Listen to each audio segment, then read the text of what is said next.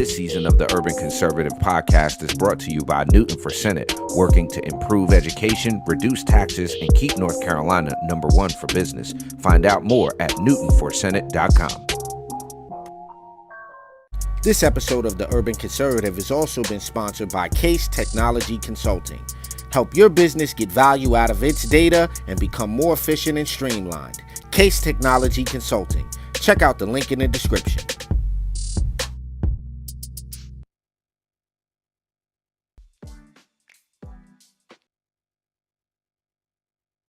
Episode of Top of the Morning is brought to you by Edward Jones financial advisor Kelly Harmon, providing you with well-researched guidance backed by Edward Jones' extensive team and technology that help you prepare for retirement, children's education, or other financial goals.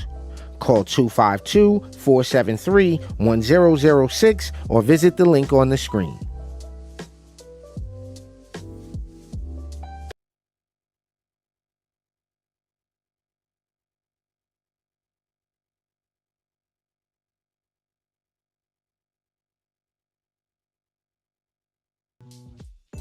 All right, ladies and gentlemen, you know what it is. It is time for Top of the Morning here on the Urban Conservative. This is your man, Adul Ali. I'm joined by my twin brother, Raheem, architect Soto. If you haven't done so already, we need you to go over to tuconservative.com, grab yourself one of those Hamilton plans. We know the worst president in U.S. history has inflation costing more for everything except for your TUC membership. It's still only $10. You get access to the wonderfully curated news feed. You get access to the blog. You get access to the first heads up when we're going to do events in your area. And you help us continue our mission of spreading conservative values and principles to urban communities across America, is what we do around these parts. So again, tuconservative.com. Grab yourself a hat, t-shirt, mug, something like that to help us keep the dice rolling. Got to give a big shout out to Ari Case and Case Technologies and all that good stuff. So, bro, it's Monday, man. Weekend's over. You had a good weekend, sir? I had a weekend, It was a weekend. It was a good one, Another one in the books. Another one in the books. So, well, look, before we jump into this morning show, I do gotta plug this. Y'all are not going to want to miss this interview tonight on the Urban Conservative Podcast. We will be joined by our North Carolina State Auditor, Beth Wood. We're going to be talking about audits. We're going to be talking about a lot of stuff tonight, especially if you live in the Rocky Mountain surrounding area. This is not an episode you're going to want to miss. You're going to want to make sure you're with us tonight at 8 p.m. live for the Urban Conservative Podcast. What's interesting to me is that until I started really getting involved in politics, I didn't really know I didn't even know we had an auditor in the state. I didn't know. Most people like, the what? What? The what? Don't be ashamed to be one of those people to be like, a what? A state what? The person who do what? What does she do? Yeah, well, this is going to be a very interesting conversation with her tonight. Again, 8 p.m. right here on the Urban Conservative. And this will be my last show for a day or two. I'll be going live, but you know where I'm headed tonight, right? Yeah, I know where you're headed tonight. Yeah, and I'll fill y'all in later, but let's just say I will be where the fireworks are. Let's just say that. Sure. But yo, let's jump right in, bro. The reason I want to jump right in is because of this right here. You trust medical professionals to the extent. No. Stop. Pause that. Stop what you're saying. Okay. Zoom in on that picture, please. Zoom in on what picture? That picture that's on there. Zoom in. Okay. I don't trust anybody in that picture. You don't trust anybody? None of those medical professionals in that? Contrived. Is it a force? Now I need you to hold your hand like this. Yes. It's just uneasy. But go ahead. I'm sorry. I didn't mean to interrupt the story. Go ahead. All right. The only reason we're bringing this up is because I think wokeism, and it's not up for debate, that there is wokeism being forced on children, is indoctrination being forced in education when we talk about primary, elementary, high school, college. But medical school, bro, they're trying to force medical students and residents into wokeism. And this is being reported that a leading Louisiana-based medical center forced its medical students and residents to play a radical game as part of a training geared at indoctrinating future physicians to advocate for left wing progressive social justice ideals, according to shocking revelations by a whistleblower.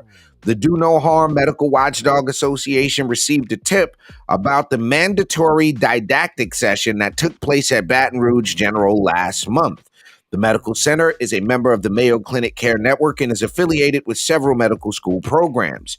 And during the 3 hour session, participants were required to play The Last Straw. Have you ever heard of The Last Straw before?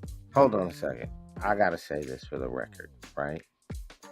Is it me or is no one noticing we're at the point in American history when people look back, they're gonna say, and there was a a hybrid of a Marxist, socialist, liberal agenda that took place. That's went to, like, don't y'all realize when we have to write the history to what's going on right Well, now? whoever wins when they write the history book, because No, because at this point, there's all sides really get told.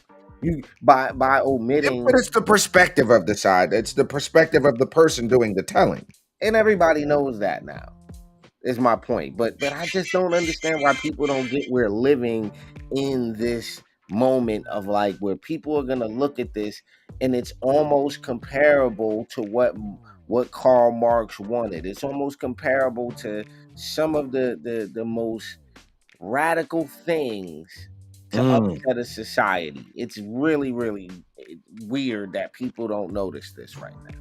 So here's what happens. During this session, they were played The Last Straw, a game that was focused on promoting progressive views such as man made climate change, gender ideology, pro state and anti business positions, and social justice. This is according to an anonymous tipster. The game begins with a character creation whereby a dice roll determines if a player is white or a person of color, as well as their gender and economic status. Below the poverty below the poverty line, middle class, or wealthy. While playing, specific events prompt players to pick cards that establish the vitality of their character, which ultimately influences their movement on the board, symbolizing a lifetime. Now, get this, bro. According to the whistleblower, medical students and resident physicians were forced to play during the last hour of the 3 hour session, which was led by Dr. Vincent Shaw Jr., who serves as the program director for the Baton Rouge Family Medicine Residency and Sports Medicine program. Is that him on the screen? I don't think so. I think that's just a standard stock run-of-the-mill doctor picture. Okay. Among things taught medical schools to freshmen and sophomore medical students since 2020, students, physicians are being primed to believe, this is where it got me, bro. They're being primed to believe that it's their responsibility as medical experts to use their influence in educating the public and patients on the dangers of topics such as climate change, social justice, and progressive ideals. What do that got to do? What the climate change got to do with fixing my damn kneecap? Absolutely nothing. So, it's not up for debate, bro. It's just the wokeism is infiltrating even medical school But at I'm this not point. okay with this wokeism. Like, you keep, every time you say it, I'm like, that has no value now. It's You know, already worn out, you think? it's over. Woke. It's woke. That's wokeism. Like, it's Marxism. Okay, so you're saying Why we do need we to need call it what it another is. word? We need to start calling this what this is.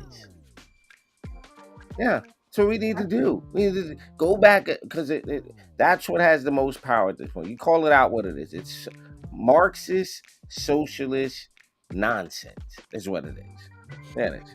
All right. Well, look, ladies and gentlemen, that's what's happening. So if you're a doctor, you get a younger doctor that came out of LSU to Louisiana Medical School, they might try to tell you that your obesity is caused by climate change is what's going on. Yo, not the No, you have inhalation to of pounds understand. of It's chicken. definitely not the triple batter, deep fried, 3-time chitterlings sprinkled with bacon bits. No, that has nothing to do with it. That has It's absolutely it's nothing to it's a result of people not getting asylum. do.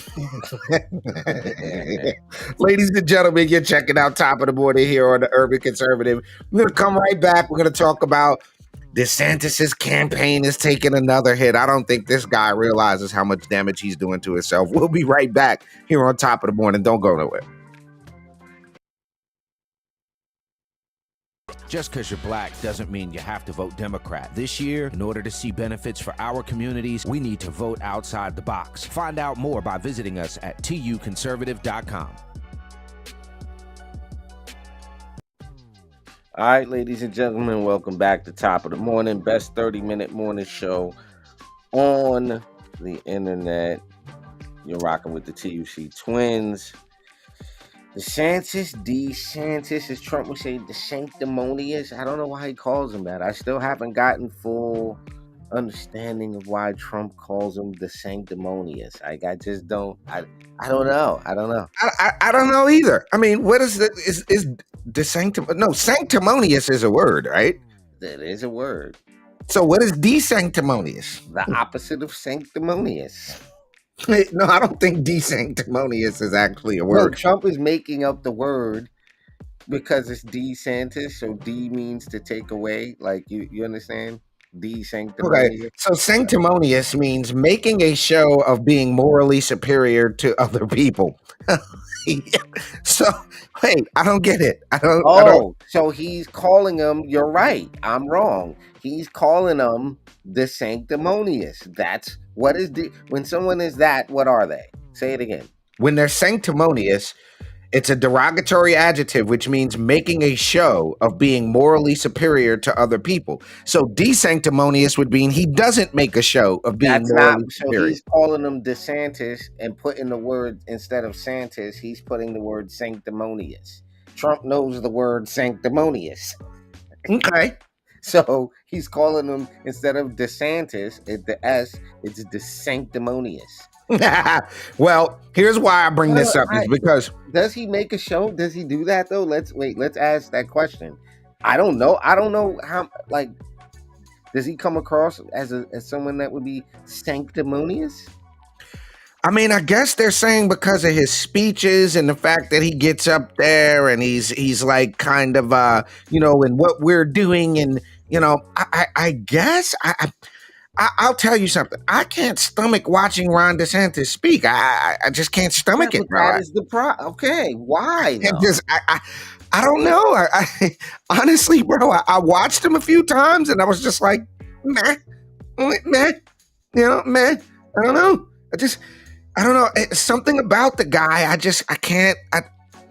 He starts talking and I'm like, I can't pay attention. I don't know. I can't tell you that I've watched one entire Ron DeSantis speech, bro. Okay, let's go 2 years back. Okay. 2 years back in what? Oh, it's not playing for you?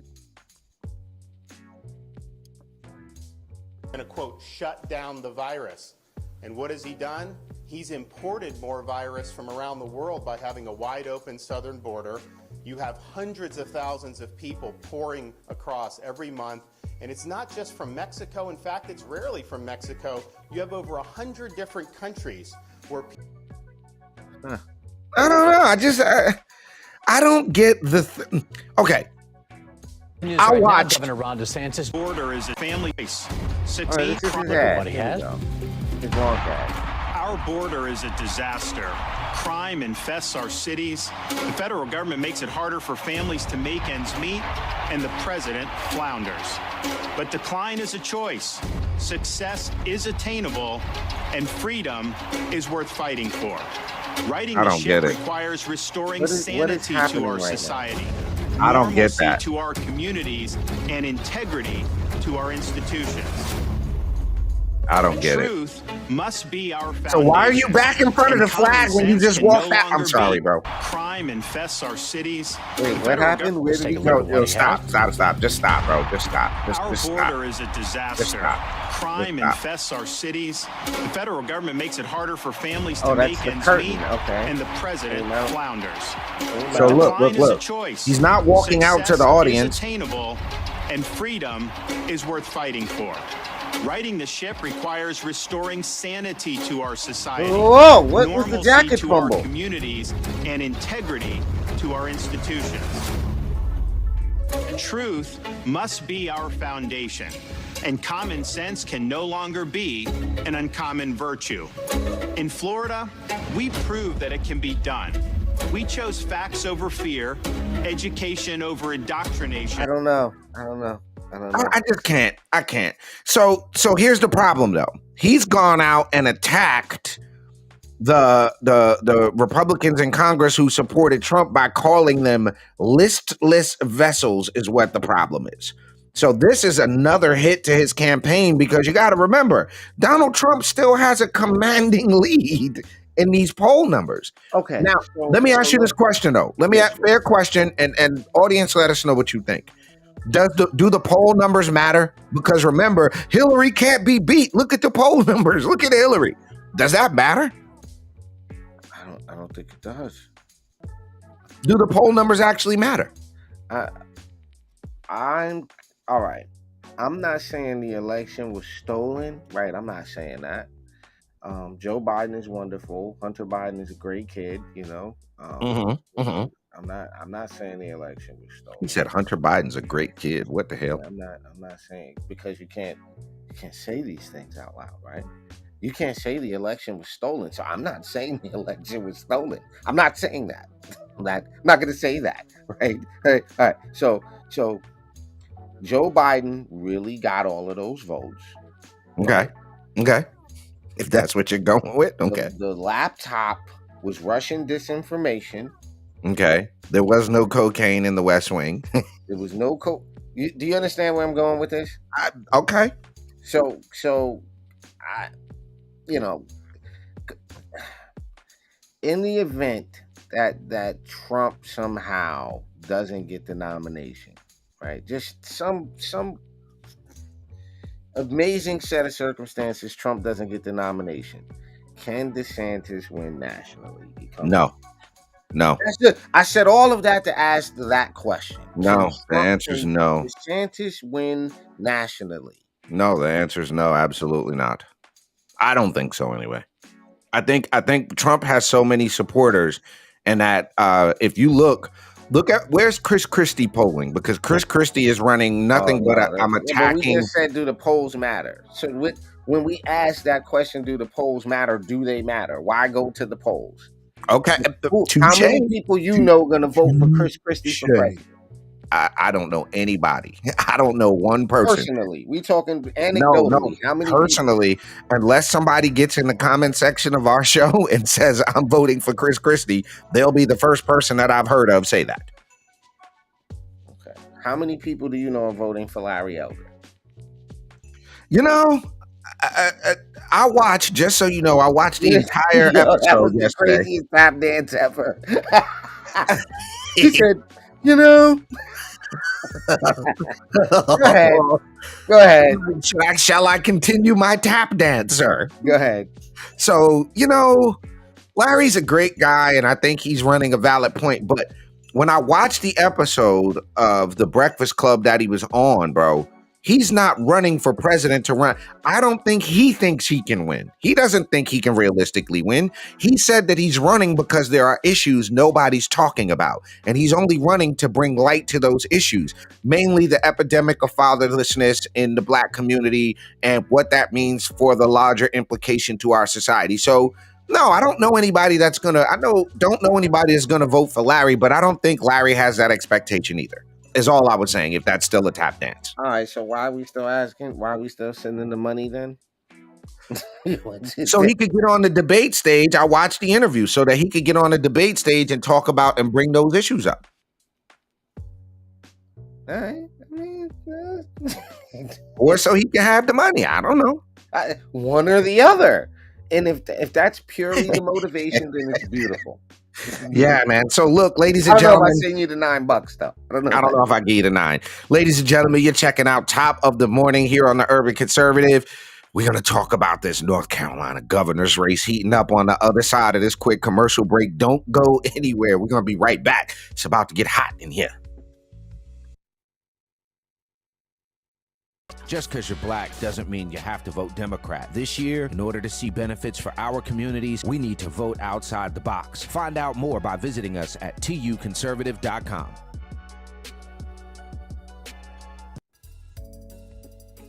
All right, y'all, you're back.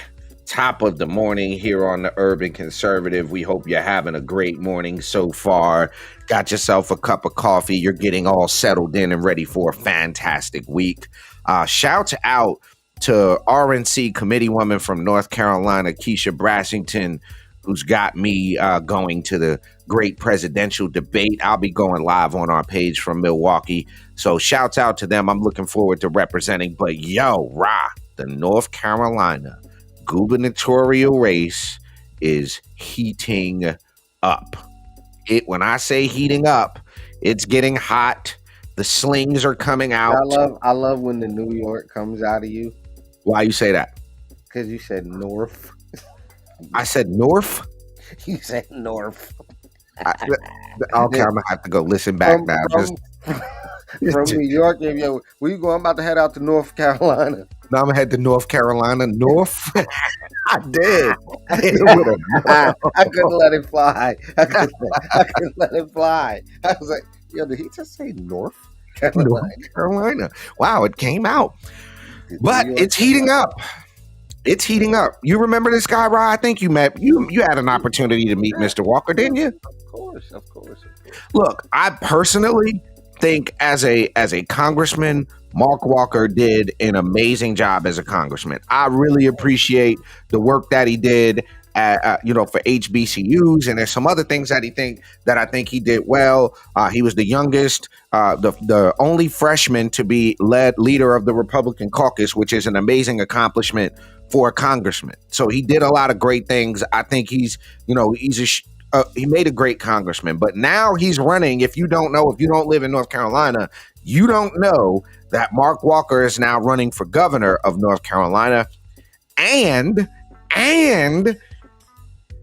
he released a statement attacking Mark Robinson. So the reports coming out that Republican candidate for governor Mark Walker is taking swipes at Mark Robinson. WRAL found a man named Kermit Robinson, no relation to Mark, who was Mark Robinson's former landlord. He said that he had to evict the Robinson family after they hadn't paid rent on the home they were renting back in 2012. Kermit said he didn't pursue the back rent after going through the courts to evict him, and the money owed amounts around $2,000. At the time, the landlord's wife was ill with cancer, so I don't know that he decided not to do it. So Walker, who's running against Robinson in the primary, released a statement. And you had said something, and I was like, don't say nothing yet. But here's the statement that Mark Walker released. I don't know what's most disturbing, the fact that Mark Robinson refused to pay rent on a property in which he lived, that he stiffed an elderly homeowner whose wife was dying, or that he now says it's not his fault because the man should have taken him to court to force him to pay. They're all alarming, and each one is disqualifying for someone who wants to be the governor of North Carolina. Mark Robinson had more than a decade to make it up to the elderly gentleman, but he had never done so, choosing instead to cast blame on anyone other than himself. This is not the kind of leadership North Carolinians expect from their elected officials. For Mark Robinson, sadly, it's a troubling pattern. Now, this is the other side of this. A spokesperson for the Robinson campaign, Mike Lonergan, responded to the WRAL story and Walker's comments with the following statement. He says, and I quote, "It is sad that Mark Walker is dredging up more than a decade-old news from a lifelong Democrat in a desperate ploy to save his flailing campaign. As you can see in the attached court records, the court did not order for the plaintiff to recover any rent or damages. There is a legal process for that, and the landlord did not pursue it within the statute of limitations. The Robinson campaign provided two documents, a complaint and summary ejectment, and a judgment in action of summary ejectment. The document showed that Robinson was behind on rent by a little over $2,000 and confirms that both Kermit Robinson and both campaigns had stated." So you said earlier, like, that sounds a little classist. You're not a fan of that kind of attack thing. Nah, I don't like that because you stiffed this old man. You don't know what anybody's circumstances was. So I feel like, okay, if you don't come from a family that's been through that or have to go through that, then you don't know what those circumstances could be about. You don't know about somebody losing a job. You don't know about two people in the household losing a job, the car go down, like Somebody got sick, anything. clearly. So without all of the information to make a judgment on that, I don't think those type of political attacks from each other is useful. Is my point. That's not useful, and it does it. So it goes like this. So if I would have, if Ali was to primary you for that, you would say he got pulled over back in. Yo, they did that. No, but they Right. did So do this is that. what I'm saying. This shit is goofy, bro. It's goofy. It's okay. Sure. Have you ever been evicted from a property? I might count that against you in 2023. Like, so you don't know what it's like to have to go through that. So Yo, you don't that's know all what I'm it's like. saying. You don't know what it's like to not have enough money. So the interesting thing is, right? I don't know. It's just I went through the comments over at Newsbreak, right? Sure. So according to leftists, if you've ever struggled in your life or been down, it doesn't matter. You're a worthless loser. Is that what we're saying? Because the man got evicted. Okay. No, it's not. Is that what we're saying? It is what Mark Walker's saying. That's correct. It's not what we're saying. So what he's saying is, in his statement, makes it seem like he has more information, like he knows the nuances of it. If he does, he should have said, yo, the man said this, that, and called Mark this and that. What did the old guy say that was owed the money? What did he say? The guy said I didn't file for it in time. It did. I did. You didn't file for what in time? The whatchamacallit. Hold on. Let me go back to the story. Was the guy selling the house at the time? What was going on? Yeah, it doesn't get into all of that. Yo, it does he not. Didn't sue him because the house was probably in disrepair. You don't know anything. Yeah, there's way more to that than. All right, so why are we talking about that though? So you can't. Yeah, I don't. I understand. I understand, but like I said, I'm not a fan of that level of nastiness. Attack his qualifications for the job in respects to the skill set or the what. Give me why you're qualified, not why the other person's not.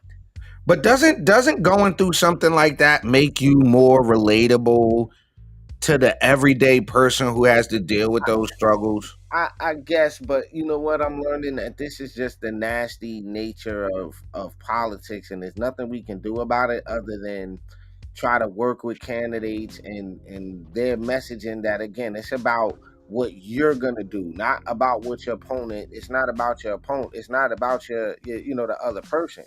So to put this out there, it's like maybe you're right. Maybe it makes it more relatable. Maybe it turns people off. We don't know. You know what I mean? Like when we're gonna find out though. When we gonna find out though.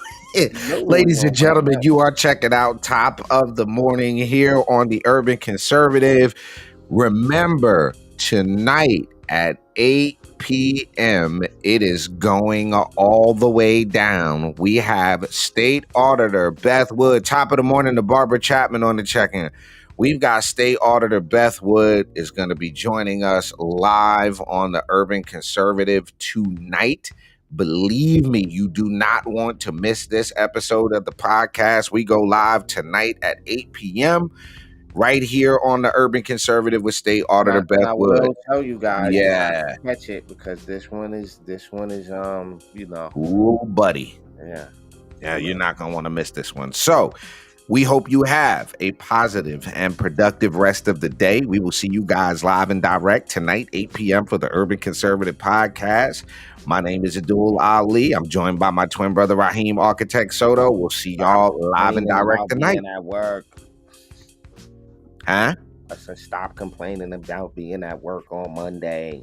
You should have called in. It's Monday. All right, we'll see y'all later. Peace.